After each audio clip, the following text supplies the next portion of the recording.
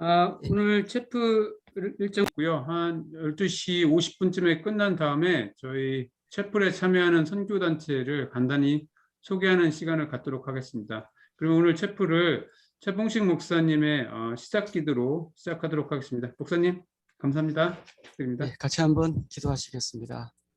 사랑과 은혜가 풍성하신 아버지 하나님, 은혜를 감사합니다. 저희들 좋은 봄날을 주시고 또 하나님의 은혜를 사모하는 마음을 주셔서 이 자리에 함께 말씀과 또 기도 시간으로 모이도록 도우신 것을 감사합니다. 이 시간 저희가 하나님의 말씀을 듣고 우리 마음의 영혼의 필요를 채우기 원하는 그런 사모하는 마음으로 모였습니다. 이 모임과 예배가 하나님의 은혜가 충만한 시간 될 수 있도록 도와주시옵고 또 우리 각자에게 하나님의 말씀을 들을 수 있는 그런 귀한 시간 될 수 있도록 인도해 주시옵소서. 이 시간 또 말씀을 나누고자 하는데 성령께서 우리 각자에게 들을 수 있는 귀를 주시고 또 입술을 지켜주셔서 하나님의 음성을 잘 나누고 받을 수 있는 복스러운 시간 될 수 있도록 인도해 주옵소서. 주님께 의지하며 예수님 이름으로 기도했습니다. 아멘. 예, 저는 오늘 사무엘 3장 말씀을 가지고 소명 하나님의 부르심이라는 제목으로 말씀을 나누고자 합니다. 좀 먼저 본문을 같이 한번 읽었으면 좋겠는데요. 오늘 본문의 내용은 사무엘상 3장 1절에서부터 11절까지 말씀입니다.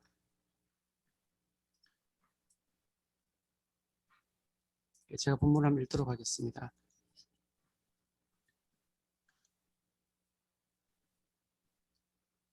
아이 사무엘이 엘리 앞에서 여호와를 섬길 때에는 여호와의 말씀이 희귀하여 이상이 흔히 보이지 않았더라. 엘리의 눈이 점점 어두워 가서 잘 보지 못하는 그때에 그가 자기 처소에 누웠고 여호와의 등불은 아직 꺼지지 아니하였으며 사무엘은 하나님의 궤에 있는 여호와의 전 안에 누웠더니 여호와께서 사무엘을 부르시는지라. 그가 대답하되 내가 여기 있나이다 하고 엘리에게로 달려가서 그의 이르되 당신이 나를 부르셨기로 내가 여기 있나이다 하니 그가 이르되 나는 부르지 아니하였으니 다시 누우라 하는지라. 그가 가서 누웠더니 여호와께서 다시 사무엘을 부르시는지라. 사무엘이 일어나 엘리에게로 가서 이르되 당신이 나를 부르셨기로 내가 여기 있나이다 하니 그가 대답하되 내 아들아 내가 부르지 아니하였으니 다시 누우라 하니라. 사무엘이 아직 여호와를 알지 못하고 여호와의 말씀도 아직 그에게 나타나지 아니한 때라. 여호와께서 세 번째 사무엘을 부르시는지라. 그가 일어나서 엘리에게로 가서 이르되 당신이 나를 부르셨기로 내가 여기 있나이다 하니 엘리가 여호와께서 이 아이를 부르신 줄을 깨닫고 엘리가 사무엘에게 이르되 가서 누웠다가 그가 너를 부르시거든 내가 말하기를 여호와여 말씀하옵소서 주의 종이 듣겠나이다 하라 하니 이에 사무엘이 가서 자기 처소에 누우니라. 여호와께서 임하여 서서 전과 같이 사무엘아 사무엘아 부르시는지라. 사무엘이 이르되 말씀하옵소서 주의 종이 듣겠나이다 하니 여호와께서 사무엘에게 이르시되 보라 내가 이스라엘 중에 한 일을 행하리니 그것을 듣는 자마다 두 귀가 울리리라. 이렇게 말씀하셨습니다. 오늘 말씀의 제목은 소명 하나님의 부르심입니다. 이 소명이라는 말은 우리가 자주 사용하고 적용되는 그런 말씀인데요. 어떤 직업을 선택한다거나 어떤 사명을 받았다거나 혹은 평생의 목표나 정체성을 결정하는 그런 요소로도 이렇게 적용되기도 합니다. 그런데 이 소명이라는 단어는 특별히 성도들에게 가장 많이 적용되는 그런 단어라고 생각합니다. 왜냐하면은 성도의 모임인 교회를 부를 때 에클레시아라고 할 때 그 단어의 뜻 안에는 하나님께로 부르심을 받은 사람들의 모임 이런 의미를 가지고 있거든요. 그렇기 때문에 이 소명이라는 단어가 가장 가깝게 적용돼야 할 대상이 바로 우리 그리스도인들이다라는 것입니다. 그래서 저는 우리가 이 소명을 생각할 때 어떤 부름을 받고 따라가느냐가 참 중요하다는 그런 생각을 하게 되었습니다. 왜냐하면은 우리 주위에는 너무나 많은 그런 우리를 부르는 그런 소리들이 있기 때문에 그렇습니다. 저는 얼마 전에 우리 아이를 대학에 보내면서 참 수많은 대학을 대학에 부름이 있었습니다. 이런 부름도 있더라고요. 김포대학으로 오라. 그래서 귀가 솔깃했습니다. 아, 우리 아이를 저리 보내야 되는가? 그런 생각이 들었고요. 그래서 우리가 어떤 부름을 받느냐, 또 어떤 수많은 우리 부름들이 있는데 어떤 부름을 따라가느냐 하는 것들이 우리 삶의 어떤 그런 그 결과를 결정할 수 있구나 하는 사실들을 이해하게 됐습니다. 하나님의 부르심을 받아서 하나님이 허락하시는 생명과 풍성한 삶의 길로 갈 수도 있고, 또 다른 부름을 따라가서 다른 결과를 얻을 수 있는 그런 부름도 있다라는 것입니다. 오늘의 부름은 우리가 오늘의 말씀의 내용은 하나님께서 사무엘을 부르시는 그런 내용입니다. 사무엘이 어떻게 부르셨고, 또 그는 또 어떻게 하나님의 부름을 받았는지 그런 좀 그 내용을 통해서 우리가 교훈을 받고자 하는 것입니다. 먼저 좀 우리가 이 본문의 역사적 배경을 살펴보는 것이 필요하다고 생각하는데요. 당시의 역사적 배경을 이렇게 좀 살펴볼 수가 있겠습니다. 어떤 역사적으로는 사사시대가 끝나고 왕정이 시작되는 그런 이스라엘의 왕정이 시작되기 직전의 그런 상황이라는 것이죠. 역사적인 어떤 그런 전환점에 있는 그런 상황이었고요. 또 영적으로는 또 이런 상황이었습니다. 어떤 영적에서 심각한 혼란기를 겪고 있는 그런 가운데였었는데, 이렇게 그 시대를 이렇게 표현하고 있습니다. 보면은 그때 이스라엘의 왕이 없으므로 사람이 각기 자기 소견에 오른 대로 행하더라 이렇게 말했습니다. 다 자기 마음대로 살고 있는 그런 상황이었다는 것이죠. 또 한 걸음 더 나가서 사무엘이 부름받고 있는 그 즉시의 그때의 상황은 또 이렇게 말씀을 하고 있습니다. 아이 사무엘이 엘리 앞에서 여호와를 섬길 때에는 여호와의 말씀이 희귀하여 이상이 흔히 보이지 않았더라. 엘리의 눈이 점점 어두워가서 잘 보지 못하는 그때에 이렇게 말씀하고 있는데, 이 엘리의 어떤 그런 그 외형적인 모습이 그 시대의 영적인 상황을 잘 보여주고 있는 그런 이미지를 가지고 있습니다. 엘리의 눈이 점점 어두워가서 잘 보지 못하고 있었다. 즉, 그 시대에는 하나님의 말씀을 보고 이상을 보는 그런 일이 점점 희미해져 가고 있는 그런 가운데 있었다는 것이죠.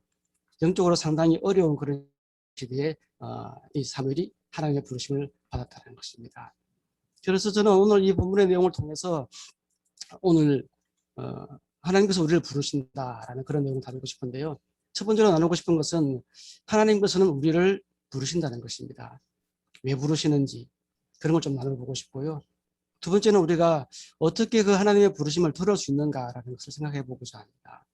세 번째는 하나님께서 우리를 부르셨을 때 어떤 우리가 결과를 얻을 수 있는지, 어떤 열매를 맺게 되는지 그런 사실들을 같이 묵상해 보고자 합니다.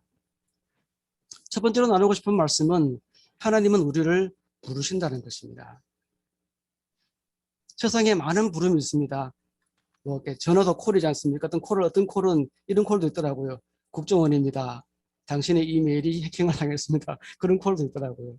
수많은 부름이 있는데 우리는 그중에서 하나님의 부르심을 받는 것이 그 부름을 듣는 것이 가장 중요하다는 것입니다.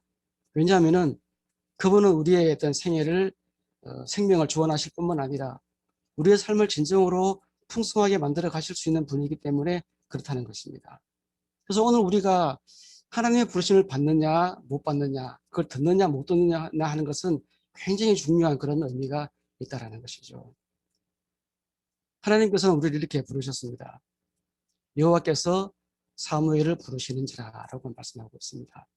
하나님께서는 사무엘을 부르셨는데 이 하나님의 부르심 안에는 굉장히 많은 의미를 포함하고 있다는 것입니다. 먼저 우리가 이 하나님의 부르심을 생각할 때 좀 더 포괄적인 그런 부분을 살펴보고 싶습니다. 하나님의 그 부르심 안에는 이런 의미가 담겨 있습니다. 첫 번째로 하나님께서 우리를 부르실 때 하나님은 우리를 구원하시기 위해서 부르신다는 것입니다. 이 당시에 하나님께서 이 사무엘을 부르실 때는 이상이 희귀하여서 흔히 말씀이 보이지 않았다 이렇게 말씀을 하고 있거든요. 이스라엘 민족에게서, 특별히 이스라엘 민족에게 있어서 하나님의 부르심을 듣는다, 말씀을 듣는다는 것은 굉장히 중요한 의미를 가지고 있습니다. 왜냐하면 그들은 하나님의 부름으로 시작했고 하나님의 부름을 잘 따라갈 때는 그들의 생애가 풍성하고 유명한 그런 삶이었지만, 또 그 부르심을 잘 받지 못했을 때는 이제 많은 어려움을 겪는 그런 상황에 놓이게 된다는 것이었죠. 하나님께서는 이 시대에 우리를 부르셨다는 것입니다.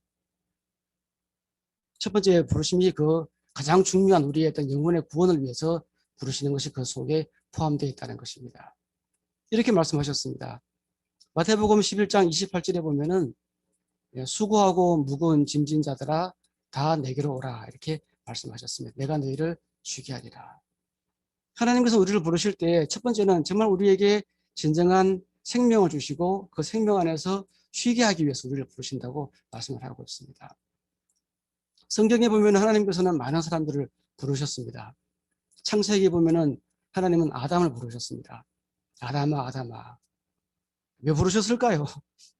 하나님께서는 그 아담이 하나님을 떠나서 선악과를 따먹고 하나님을 떠나 있는 그 아담에게 찾아가셨습니다.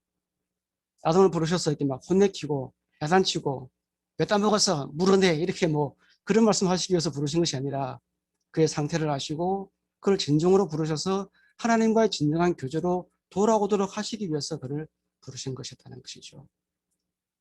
또한 하나님께서는 아브라함을 부르셨습니다. 그를 부르셔서 많은 사람들에게 복을 전달할 수 있는 복의 통로가 되기 위해서 그를 부르셨고요. 또 예수님도 우리를 부르셨습니다. 예수님께서는 무덤 속에 있는 나사로를 부르셨습니다. 나사로야 나오라 부르셨습니다. 그 모든 부르심에는 우리를 구원하시고 생명으로 인도하시기 위한 하나님의 그런 부르심이 그 뜻이 담겨 있다는 것이죠. 첫 번째 하나님께서 우리를 부르실 때는 우리의 구원을 위해서 부르신다는 것입니다. 또한 하나님께서 우리를 부르실 때는 이런 의미도 포함하고 있습니다. 우리를 하나님의 특별한 사명을 위해서 부르신다는 것입니다. 하나님 지금 이 사무엘을 부르시는 것은 바로 이 특별한 사명을 위해서 부르시는 것이었습니다. 그 시대에 왕이 없으므로 사람들이 각기 자기 소견에 옳은 대로 행하였다라고 말씀하고 있습니다. 하나님께서 이런 시대에 참으로 다시 하나님의 말씀을 그들에게 전달하시는 통로로 그런 수단으로 이 사무엘을 부르고 계셨다는 것입니다. 사무엘 3장 3절에 이렇게 말씀을 하고 있습니다. 하나님의 등불은 아직 꺼지지 아니하였으며 사무엘은 하나님의 궤에 있는 여호와의 전 안에 누웠더니 이렇게 말씀하고 있습니다. 지금 이 사무엘은 아직 하나님의 어떤 음성을 듣지는 않았지만 하나님의 어떤 그 중요한 그 임무를 감당하기 위해서 여기 나와 있는 것입니다. 이 등불이 꺼지지 않았다 이렇게 말하고 있는데 이 성막의 등불은 저녁에 해가 떨어지면 등불에 불을 켜고 밤새도록 그 등불이 꺼지지 않도록 하는 그런 일을 제사장들이 해야만 됐었습니다. 이 하나님의 등불을 켠다는 것은 어떤 의미를 가지고 있는데 상징적 의미를 가지고 있죠. 하나님의 말씀이 살아있도록 하나님의 빛이 비치도록 하라라는 그런 명령을 의미를 담고 있는 것이거든요. 그런데 원래는 이 제사장이 이 일을 감당해야 되는데 지금 이 일을 제사장은 다 잠자리에 들었고 어린 사무엘이 이 일을 하고 있다는 것입니다.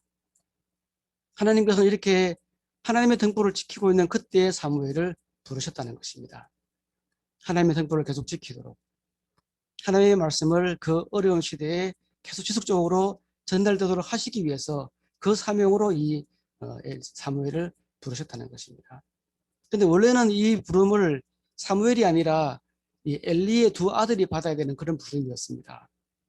원래 이 엘리가 제사장이고 두 아들이 이어서 제사장 직분을 이어갈 그런 사람이었죠. 근데 이 엘리의 두 아들은 이런 하나님의 부르심에 대한 관심도 없고 듣지도 못한 그런 가운데 있었다는 것이죠.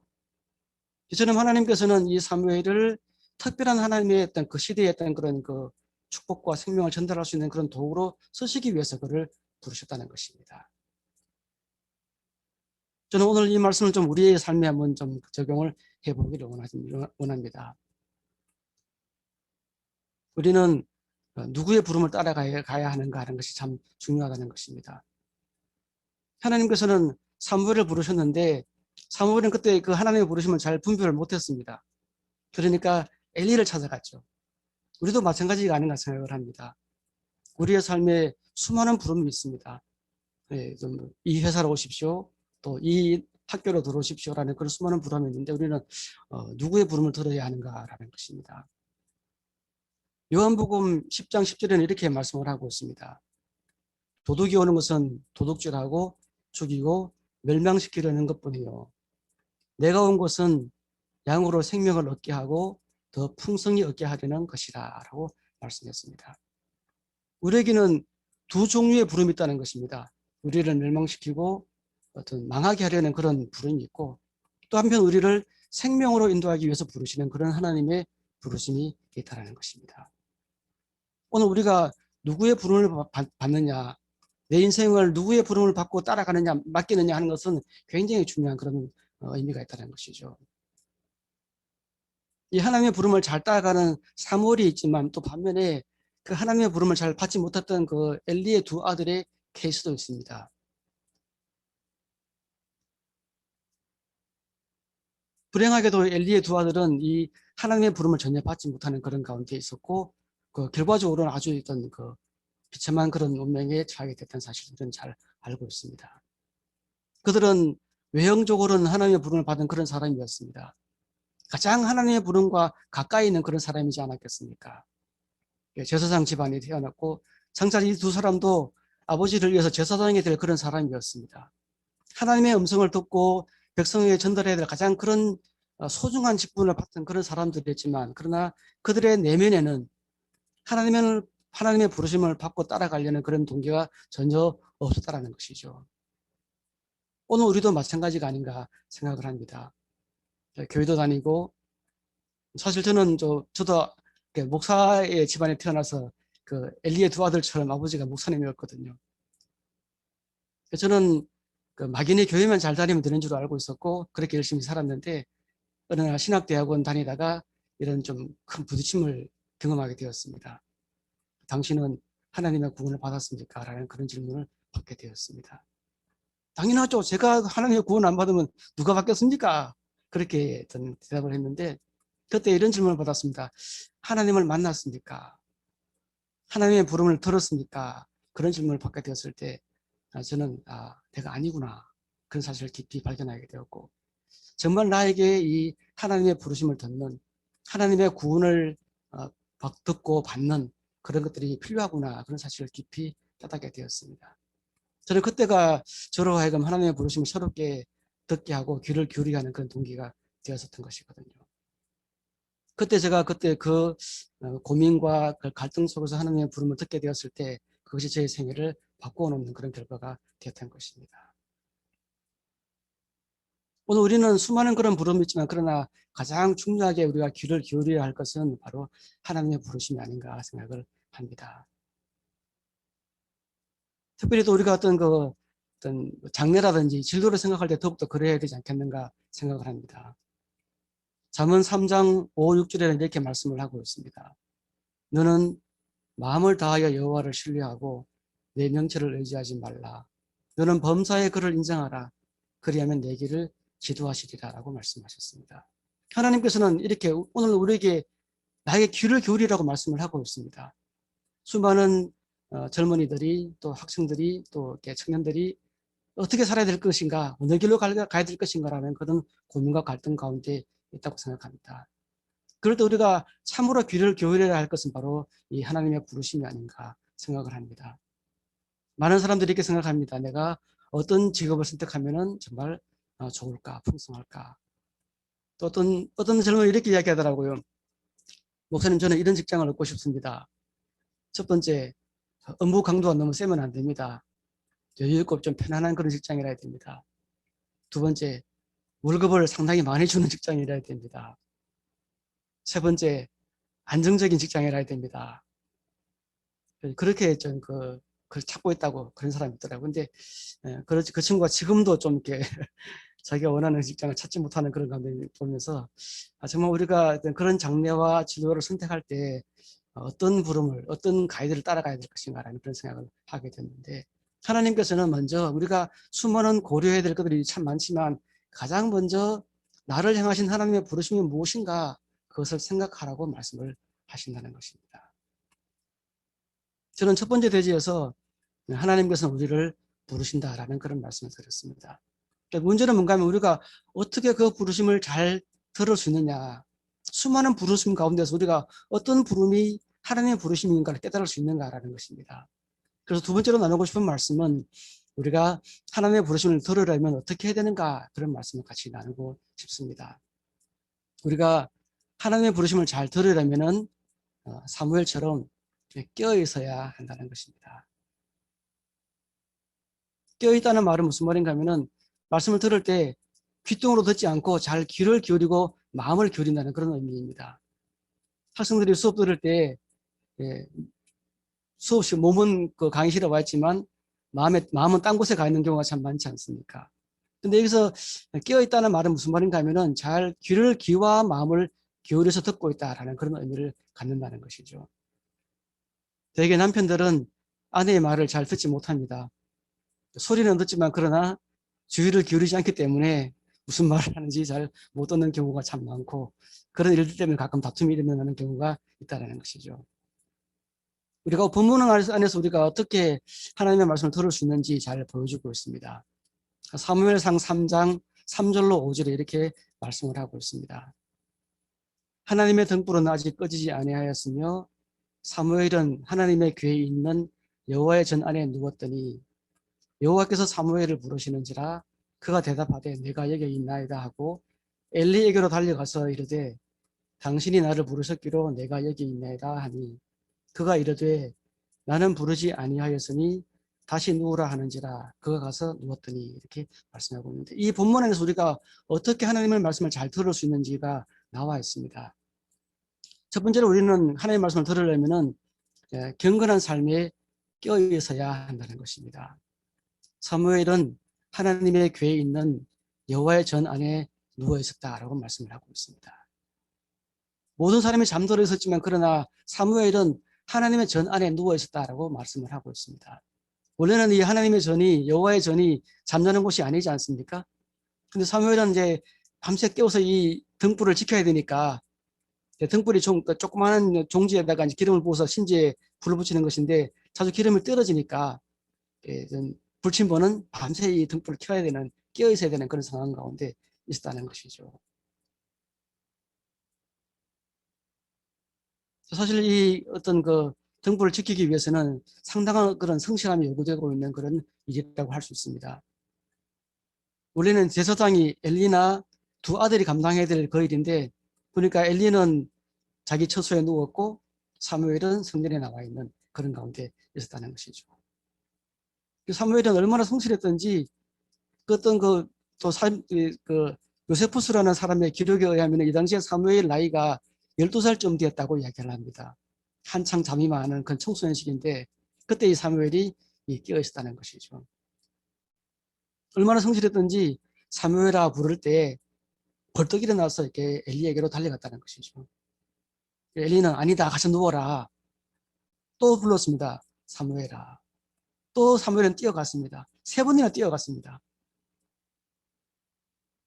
이것은 뭔 말인가 하면 사무엘이 그만큼 성실하게 하나님의 음성을 듣고 자기가 맡은 일에 끼어있는 그런 가운데 있었다는 것이죠.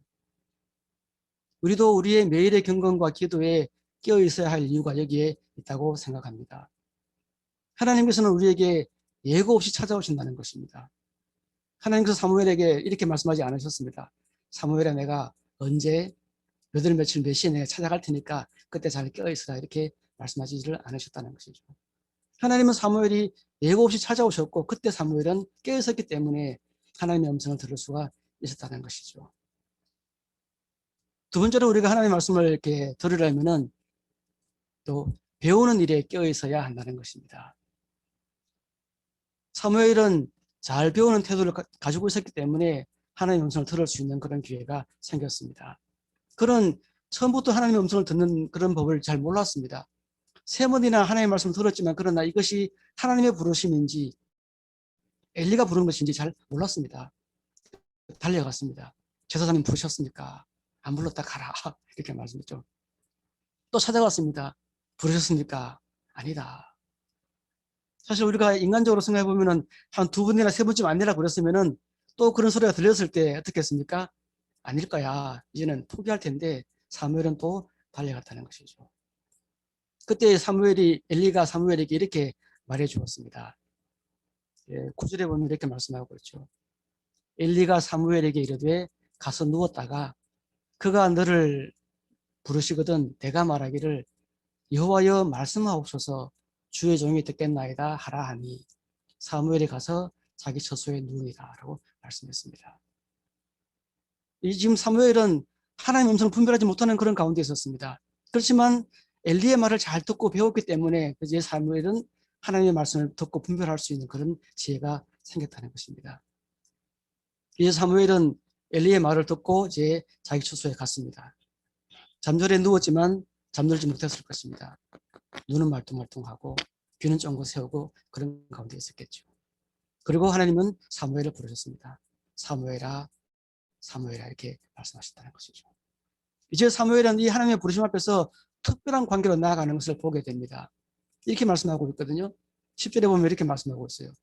여호와께서 임하여 서서 전과 같이 사무엘아, 사무엘아 부르시는 자 이렇게 말했습니다.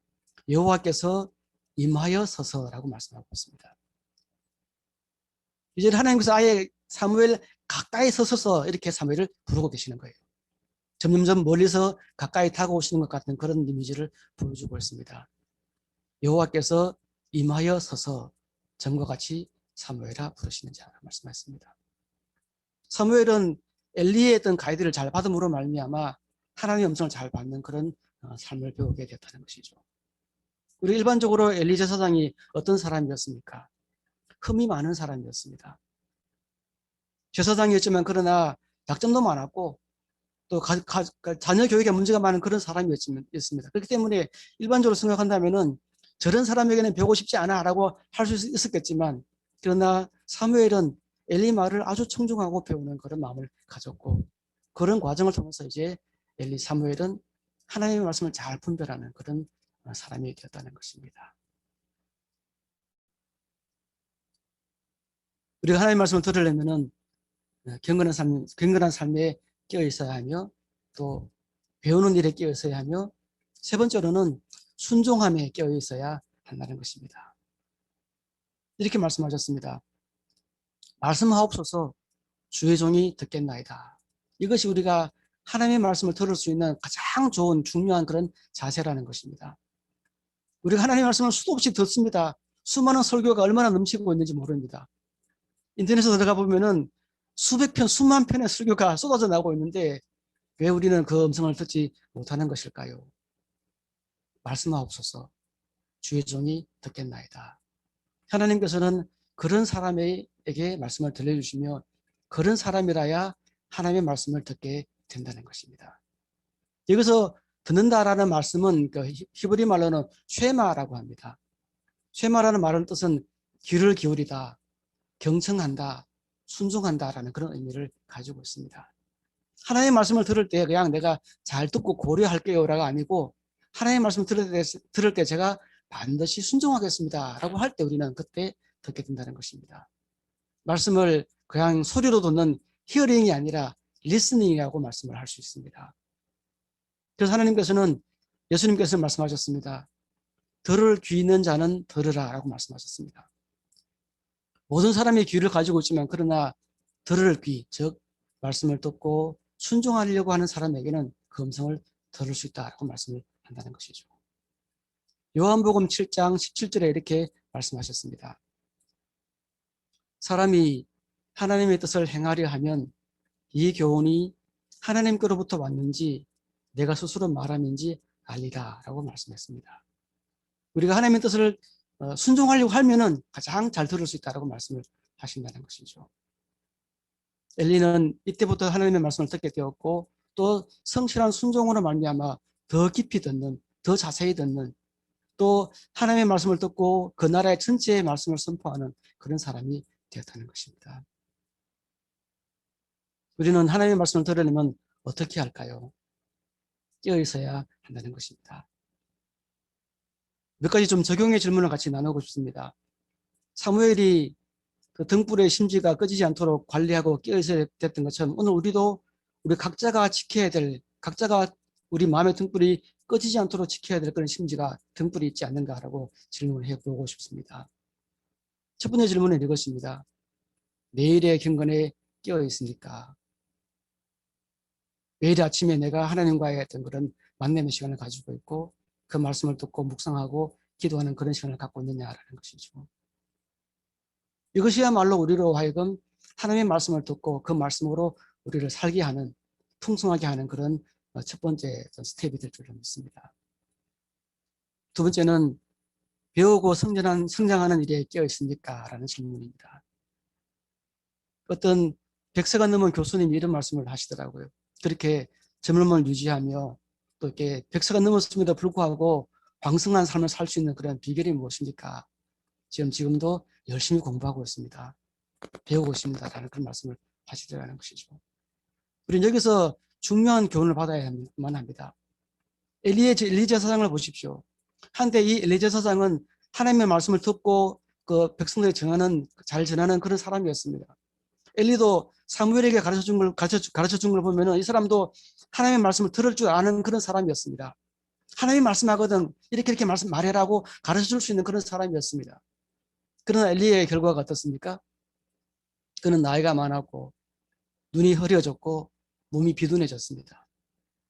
하나님의 말씀을 듣고 순종하는 일에 그런 성장과 배우는 일에 게을렀기 때문에 그런 더 이상의 진보를 가지고 오지 못했다는 것이죠. 오늘 우리도 그렇습니다.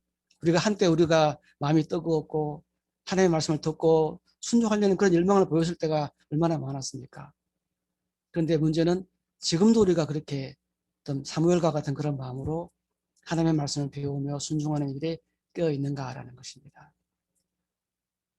세 번째는 순종하는 일에 깨어 있으니까 가장 중요한 태도로 생각을 합니다. 말씀하옵소서 주의 종이 듣겠나이다. 그런 사람이 분명히 하나님의 말씀을 듣게 될 줄로 믿습니다. 저는 첫 번째 대지에서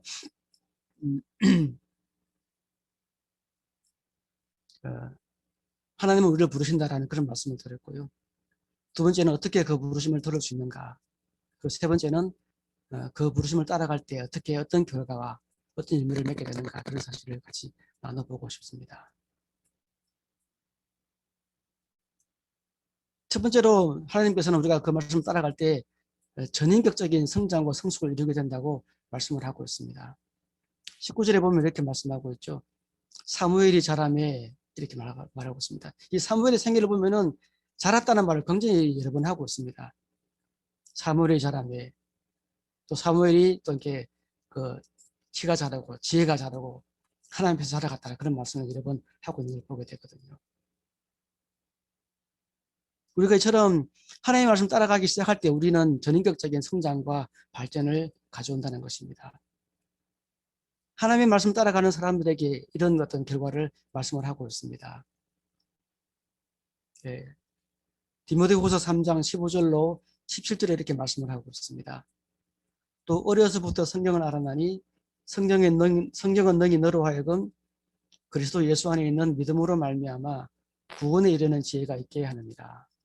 모든 성경은 하나님의 감동으로 된 것으로 교훈과 책망과 바르게 함과 의로 교육하기에 유익하니 이는 하나님의 사람으로 온전하게 하며 모든 선한 일을 행할 능력을 갖추게 하려 함이라 라고 말씀을 하고 있습니다. 그래서 모든 선한 일을 행할 능력을 갖추게 한다. 모든 영역에 온전하게 준비가 되어진다. 이렇게 말씀을 하고 있죠. 이처럼 하나님께서 우리는 그 말씀을 따라갈 때 우리의 생애가 정말 참으로 풍성하며 균형 잡힌 그런 삶으로 이끌어 가신다는 것입니다.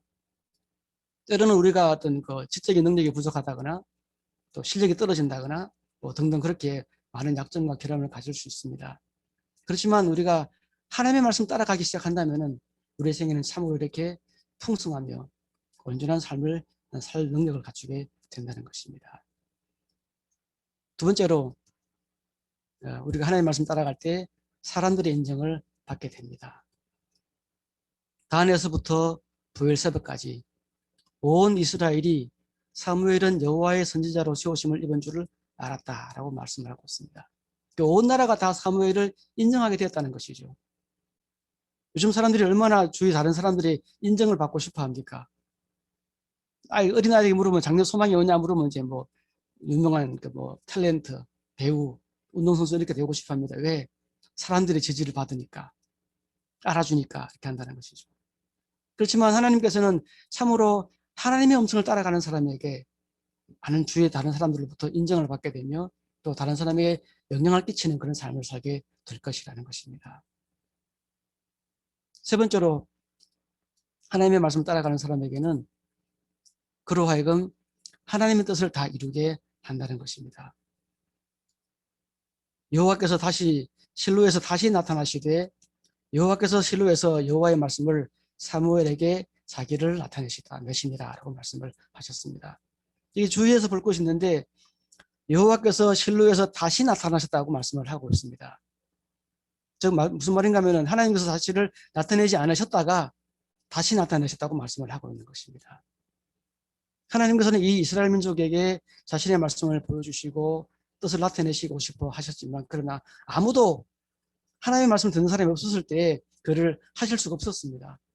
그러나 이제 사무엘이 하나님의 말씀을 듣기 시작할 때 하나님께서는 사무엘을 통해서 그 나라에 하시고 싶은 모든 일을 다 하게 되었다라고 말씀을 하시는 것입니다. 사무엘로 말미암아 온 나라에 하나님의 말씀이 증거되게 되었고 나라가 회복되고 부흥되는 그런 결과를 가지고 왔다라고 말씀을 하시는 것입니다.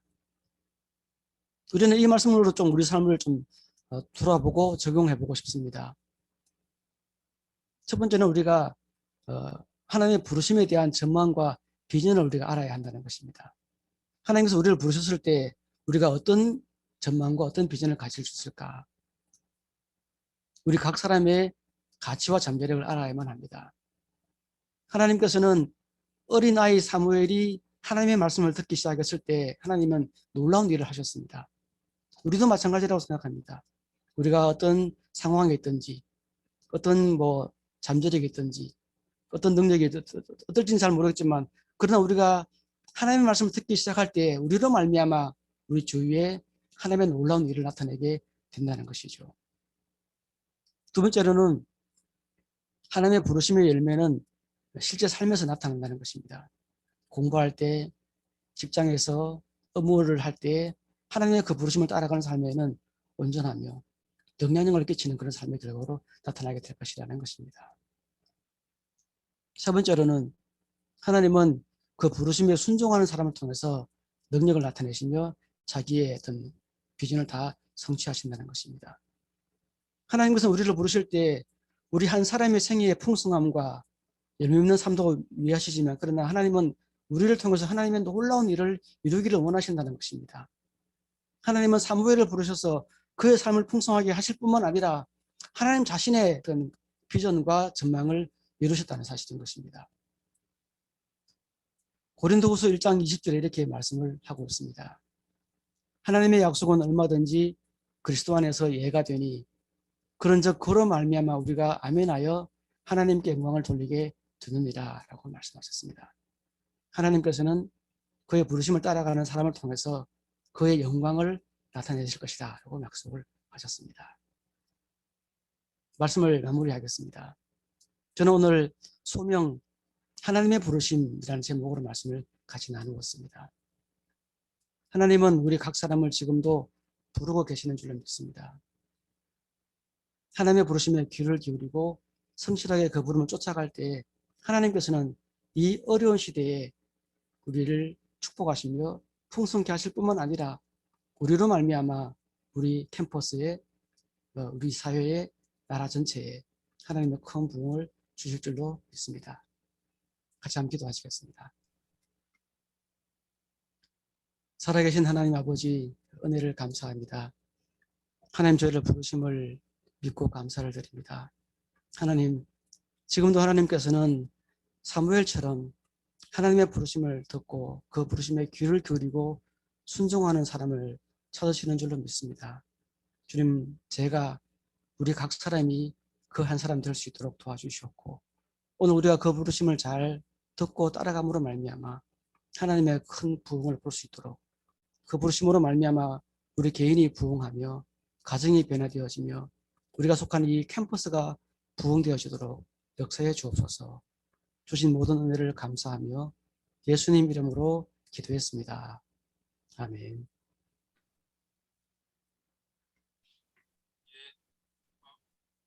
목사님 말씀 감사합니다. 워낙 정리를 잘 해주셔서 제가 특별히 정리하지 않아도 될 것 같습니다. 이 세 가지 하나님의 부르심에 관련돼서 세 가지 말씀을 해주셨죠. 하나님이 우리를 부르시고 우리가 하나님의 부르심을 올바로 들으면 어떻게 해야 하는지 그리고 그 부르심을 따라갈 때 우리 삶 속에서 열매가 맺힌다는 말씀을 해주셨습니다. 몇 가지 도전적인 묵상과 또 저희들에게 질문을 주셨는데요. 오늘 우리 목사님의 말씀을 듣고 본인이 좀 느낀 거라든지 아니면 좀 여기에 대해서 좀 질문이 있으신 분들과 나누는 시간을 한 10분 정도 갖도록 하고 나머지 5분은 저희 이제 채플에 참여하는 선교단체를 소개하는 시간을 갖도록 하겠습니다. 그러면 말씀과 묵상 나눔의 시간을 갖도록 하겠습니다. 자유롭게 질문해 주셔도 되고요. 또 마이크 쓰시기 어려우면 채팅으로 남기셔도 좋습니다.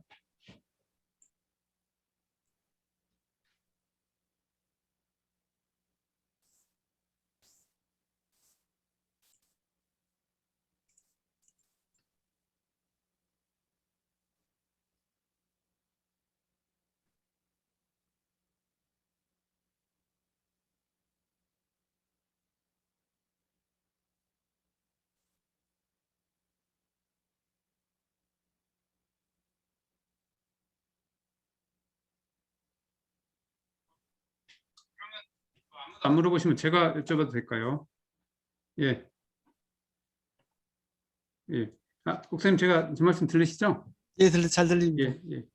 우리가 이제 부르심이라고 하면 많은 경우 자기가 하던 일에서 좀 벗어나서 이제 뭐 하나님 사역에 쓰신다고 해서 이제 성경 공부를 많이 하는 경우 있고, 저도 박사과정 때 같이 열심히 공부하고 포닥을 해서 한 10년 가까이 하시던 분이 마지막에 인터뷰를 다니시다가 부르심을 받았다고 해서 신학대학에 가시는 경우를 보면서 저 개인적으로 상당히 깜짝 놀라면서, 하나님이 저를 그런 식으로 부르시면 나는 정말 힘들겠다 그런 생각도 했었거든요. 그래서 우리가 하나님이 이제 부르심이 자기가 정말 오랫동안 준비했던 자기 일과 아니면 거기서 벗어난 일에 대해서 이제 좀 혼란이 올 것 같기도 해요. 그런 것을 분별할 수 있는 방법이 있을까요? 좀 쉽지는 않을 것 같긴 한데. 예, 쉽지 않죠. 그래서 우리가 하나님의 어떤 일반적인 부름도 있고 좀 특별한 부름도 있다고 저는 생각을 하는데요. 그래서 이렇게 모든 사람이 하나님의 부름을 받으면 다 목사가 돼야 된다면은 온 나라가 다 지금도 목사가 많은데 그래서 그건 좀 이렇게 어떤 다른 거라고 생각을 하고요.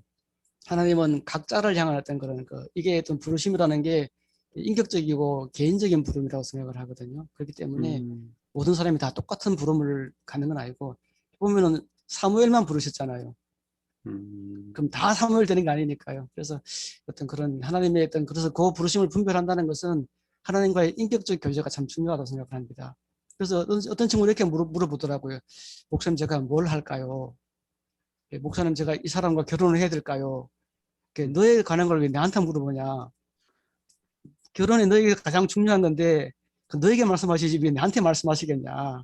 그렇게 생각을 하거든요. 그래서 그 친구한테도 제가 이야기해 준 것은, 네가 하나님의 음성을 듣는 법을 배워라. 그걸 못하면 맨날 물어보잖아요. 목사님, 이렇게 해야 될까요? 저렇게 해야 될까요? 야, 내가 점쟁이냐? 맨날 나한테 물어보러 오냐? 그렇게 할 때가 있는데요.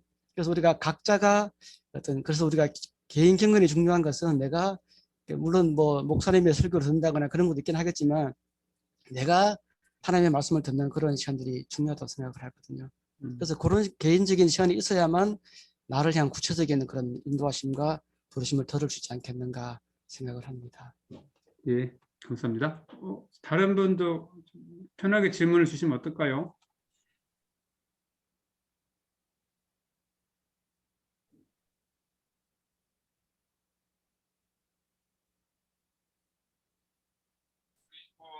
남미순님 지금 마이크를 켜신 김에 좀 한번 오늘 말씀을 나눈 것을 같이 한번 나눠보시면 어떨까요? 어떤 거를 좀 느끼셨는지, 아니면 좀 궁금한 게 있으신지.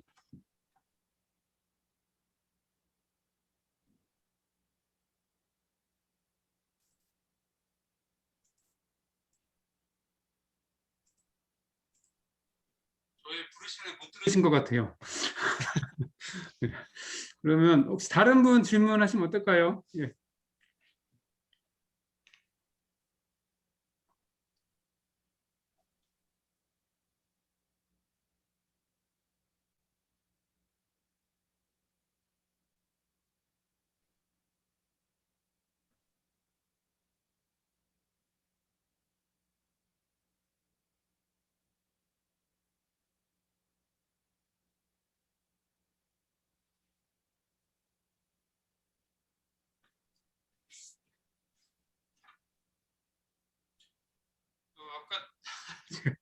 죄송합니다. 우리 아까 자유전공학부의 이서윤님 오셨었는데 오늘 목사님 말씀 듣고 뭐 생각하신 게 있나요? 어,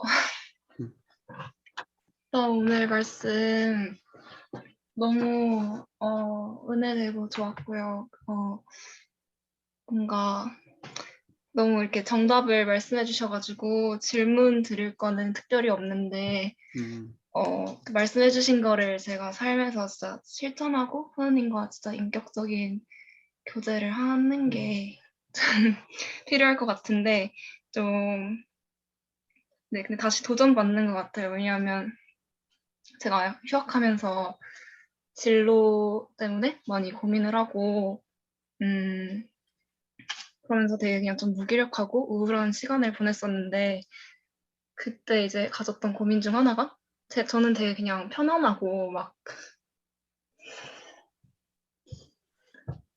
뭔가 좀 이렇게 그냥 힘들지 않고 그냥 좀 적당히 먹고 살고 그냥 행복하고 뭔가 저녁이 있는 삶도 있고 막 이런 삶을 꿈꾸는데 제가 뭔가 현실적으로 생각할 수 있는 선택지들을 생각하면 직업으로서의 선택지들을 생각하면 뭔가 좀 제가 꿈꾸는 생각하는 삶과 되게 괴리가 있는 거예요. 그래서 뭔가 그런 부딪히는 게 있었는데 오늘도 말씀해 주신 게 뭔가 나의 기준이나 내가 생각하는 조건보다 하나님께서 나에게 주신 뭐 달란트나 부르심을 더 먼저 들으라고 하셔가지고 뭔가 좀 오늘 말씀도 그렇고 요즘 제가 다른 말씀이나 뭐 묵상을 통해서 느끼는 것도 그렇고 하나님께서 뭔가 저의 소명이나 인생의 목적이 단순히 저의 행복이나 편안함 이런 것에 있는 게 아니라는 그런 생각을 계속 깨주시는 것 같고 그래서 정말 하나님께서 뭔가 저를 어떻게 사용하실지 저를 어디에 부르실지 더 분별할 수 있는 그런 길을 가졌으면 좋겠다 이런 생각을 한 것 같습니다. 예, 예, 감사합니다. 혹시 다른 분 있으신가요? 예. 그러면 시간이 다 거의 됐는데요. 저희가 저희 선교단체를 소개하는 시간인데 마침 UDC도 저희 기독교 연합의 중요한 성원입니다. 그래서 목사님께서 한 1, 2분 정도 UDC가 어떤 모임이고 어떻게 생겼고 그러니까 언제부터 활동을 고대에서 하셨고 또 어떤 분들이 UDC에 오셨으면 좋은지 자유롭게 홍보, 광고, 모집 한번 예. 기회를 드리겠습니다. 예. 네, 감사합니다. 저희 UDC는 그 Union Disciple for Christ라는 그런 첫 자를 따서 UDC라고 했고요. 처음에는 좀 이렇게 목회자들의 모임이었습니다. 이제 모임하다 보니까 이제 결국 우리가 젊은 세대를 향해서 복음을 전해야 되기 때문에 그래서 우리가 캠퍼스를 들어가자라는 그런 좀 이렇게 목표가 됐고요. 그래서 몇몇 주요 대학에서 이제 사역을 하고 있는데 고려대학에 들어오게 된 것은 20년도에 처음 이렇게 들어왔습니다. 그때부터 이제 활동하면서 이제 좀 사람들을 만나게 됐고요.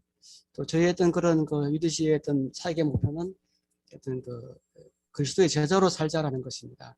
예수님께서 우리를 부르셨으니까 왜 부르셨을까? 제자로 부르셨고 또 제자로서 우리가 이 세상에 복음 전하는 어떤 삶을 이루자라는 그런 목표로 할게요. 그래서 첫 번째는 복음을 전하는 것이 목표이고요. 두 번째는 이제 각 사람을 성숙할 수 있도록 훈련하는 것이 목표입니다. 그리고 또 세 번째는 우리 이 훈련과 성장을 통해서 이제 어떤 세계 비전을 이루는 딴 것까지 이르러 복음 전하라는 이 사명을 이루자라는 그런 목표를 가지고 진행을 하고 있고요. 정기 모임은 이제 좀 상황이 이르기 때문에 또 이렇게 줌으로 이렇게 모임을 갖고 있고요. 그 주요한 어떤 활동들은 이제 개인 성경 공부나 또 이렇게 그런 과정을 통해서 이제 훈련해가는 그런 가운데 있습니다. 그리고 또 누가 와야 되느냐? 모든 사람이 괜찮습니다. 오시면 언제든지 환영이고요. 또 이제 또 우리가 꼭 어떤 사람을 가르치겠다거나 뭐 그런 쪽보다도 서로 또 이렇게 교제함을 통해서 서로가 서로에게 어떤 그런 경건과 어떤 선행을 격려할 수 있는 그런 교제면 좋겠다라는 그런 좀 관심을 가지고 있고요. 그렇게 좀 모임을 진행하고 있습니다. UDC를 어떻게 하면 연락할 수 있고 UDC를 찾으려면 어떻게 하면 찾을 수 있을까요? 우리 홈페이지도 있고요. 예. 홈페이지는 그 iudc.org 이렇게 오시면 되고요. iudc 인텔리전트 UDC입니다. 어, 오시면 되고요.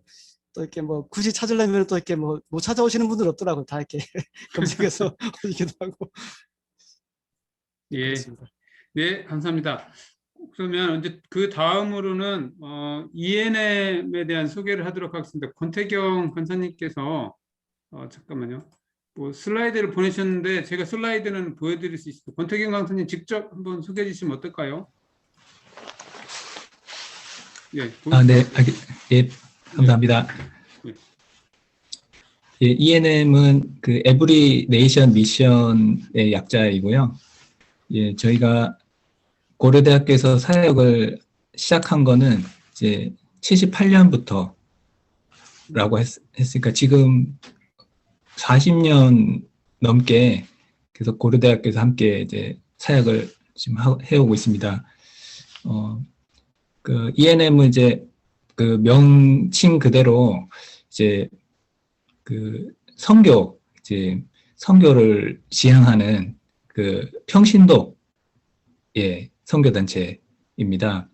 뭐 이제 서울에도 여러 이제 학교에서 사역을 하고 있는데요. 이제 고려대학교의 경우에는 이제 서울 지역 회관을 또 고려대 옆에 또 건축을 하게 되면서 좀 더 이렇게 사역적으로 많이 이제 그 연합을 하게 됐고요. 그러니까 현재도 이제 그 예수님의 그 지상 사명 마태복음 28장 18에서 20절 그 말씀을 약속으로 이제 제자 삼고 또 가르치고 이런 일들 하고 있습니다. 현재 그 졸업하신 선배분들이 지금 여러 나라에서 현지 선교사로 이렇게 사역을 하고 계시고요. 특별히 저희는 이제 뭐 주중에 뭐 북클럽이나 이제 주일날 성경 공부를 이렇게 하면서 공동체에 대해서 배우고 있는데 이제 개인 멘토링을 좀 중점적으로 지향을 하고 있어요. 그래서 이제 관심 있는 학생들은 이제 제 연락처로 연락을 주시면 그 좋은 이제 선배들 또 이제 간사님들을 소개해드리고 이렇게 개인적으로 좀 연락하고 배울 수 있는 그런 통로를 전해줄 수 있을 것 같습니다. 예, 감사합니다. 예, 소개 감사합니다. 마지막에 저는 이제 포스터에서 부원 상시 모집이라는 거에 눈에 떴는데요. 저희가 학부 다닐 때 이제 부원 상시 모집하면 역도부, 태권도부였는데 지금 ENM도 부원을 상시 모집한다고 하니까 참 좋았습니다. 예, 저희가 앞으로 이제 채플이 시간 될 때마다 저희 참여해 주시는 소속 여러 가지 선교단체들을 하나씩 소개해 드리려고 합니다. 준비해 주시면 감사하겠습니다. 그러면 이것으로 혹시 김세현 교수님 혹시 뭐 전하실 말씀 있나요? 예, 별 말씀 없습니다. 감사합니다. 참여해 주셔서. 예.